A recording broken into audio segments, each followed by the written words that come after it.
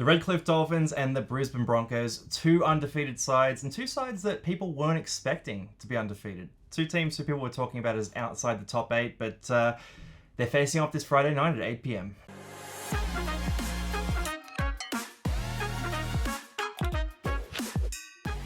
The Finns beat the Broncos, 8 p.m. this Friday night. We put up a poll earlier this week asking which undefeated team impressed you the most, and 52% of you said the Dolphins, 31% said the Broncos, 8% of you said you hate all those teams, and a couple threw votes on Manly and St. George at the time as well. For this game, I think it's worth us having a look at how both these teams have gotten to 3-0 status, and then making a prediction at the end of how this one's going to go. So the Dolphins first, I've got to say, one thing that's really shown here for the Dolphins has been how balanced their spine's been. So you have a look at the Hammer's involvement here first. He's leading the league with 4 tries so far this year, and one thing that can't be overstated is how good his work rate's been compared to previous years. So I've got the stats here, but 136 metres, 157 metres, and 192 metres for Hammer, which has been out of character for him. In previous years, you would have looked at him and thought, he's probably a sub 100 metres per game type of fullback who injects himself at those key moments. But this year, he's really been value in terms of his work rate and the tough work he's been doing out of,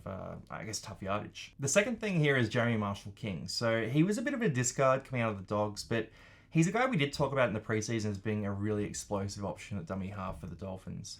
One thing I have to say here about him is that he leads the entire league for dummy half runs. So that's 8 runs per game, ahead of guys like Harry Grant, ahead of Damien Cook, ahead of Josh Hodgson, ahead of all these weapons at hooker. And yes, I did throw Hodgson in there because up the Eels. One thing about Jerry Marshall-King too is he's been polling massive points in our MVP voting. But what I want to turn attention to in this spine here is Sean O'Sullivan.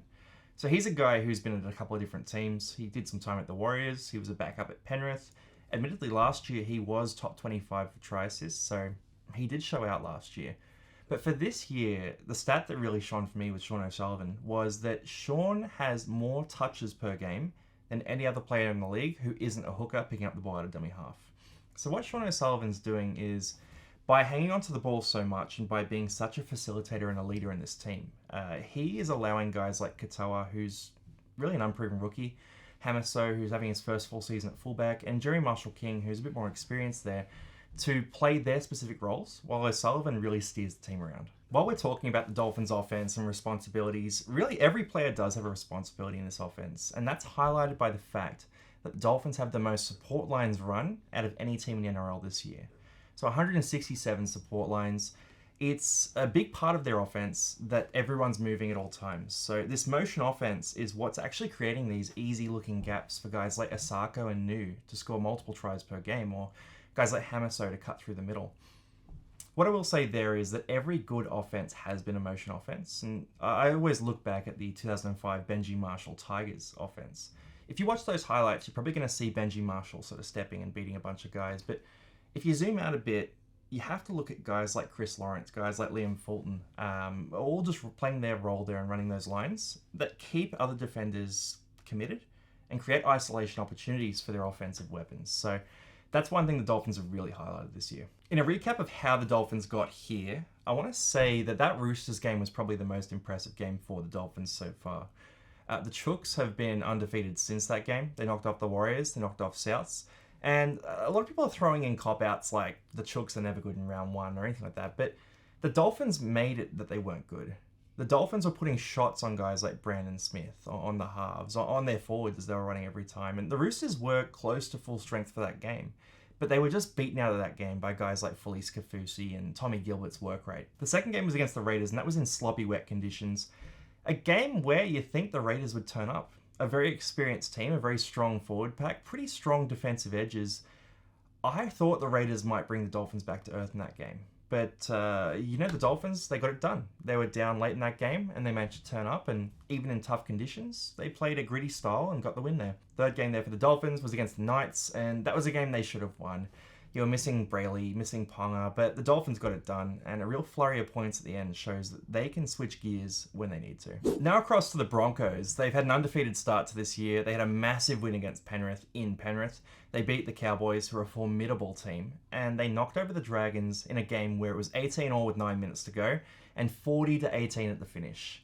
We did just post on TikTok an interview with a Dragons fan, and I gotta say, They were all tears, but the Broncos were all smiles after that one. One key thing I want to highlight here for the Broncos is looking at the fixtures coming up. It goes Dolphins, Tigers, Raiders, Titans, Eels, Rabbitohs, Seagulls, Storm here. So if they can beat the Dolphins, they've then got the Tigers, the Raiders, the Titans, the Eels, who are all very winnable games for them.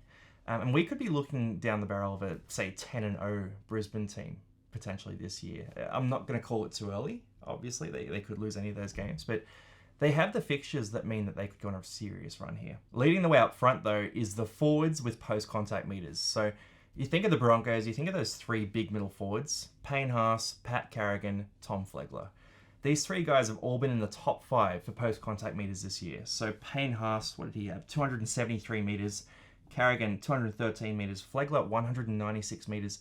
3 guys in the top 5. You then combine that with Adam Reynolds, who's kicking teams to deaths, and the strike they have on the edges. This Brisbane team is an absolute force, and they're built perfectly to contend for a title. Even outside of those big 3 middle forwards, you've got 3 more guys in the top 10. So 6 of the top 10 players in the NRL are from the Broncos for post-contact meters. So Herbie Farnworth, he's got 194. Selwyn Cobbo, 166. And even Jensen with 164. And I think some of this is that these guys help each other.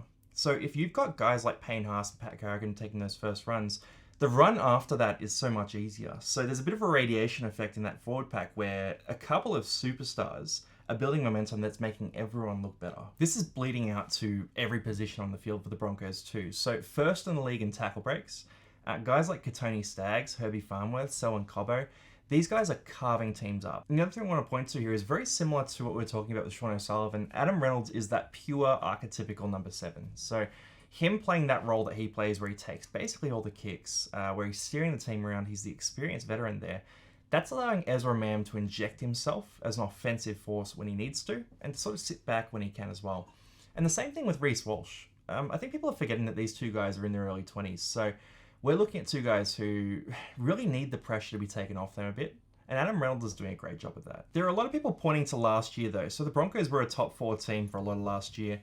They then sort of fell off the wagon a bit down the stretch. They copped some big losses. What I want to point to is that last year the Broncos had 3 guys in the top 8 for errors. They were a team that was very prone to dropping the ball. And this year they don't have a single player in the top 40. So what I think's happened there, and one thing we have to definitely give Kevy a bit of credit on, is that he's clearly worked with this team on defense and also on ball handling, because they have improved out of sight in that area. And because of that higher ball security, they're getting the ball in better positions and they're winning that territory battle. So the Broncos beat the Dolphins. Look, 8 p.m. for us in Sydney here. I think it's 7 p.m. in Queensland. It's going to be an absolute belter, and I think it's going to be the game of the round. If I had to make a prediction, I just think the teams that the Broncos have beaten have been much more impressive.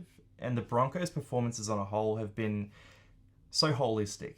The forward pack is just unstoppable. Although admittedly, if a team is going to stop them, it's probably this physical Dolphins side. But then I look to the edges, and I just think the Broncos will get this one done. Bit of a high-scoring affair, I think, coming through, but I'm going to say the Broncos by sort of around that 10-point mark. If you want us to look into any other teams, let us know in the comments, and also drop your tip in here for the Broncos v Dolphins game. Let me know your score prediction, and we'll see you in the next video.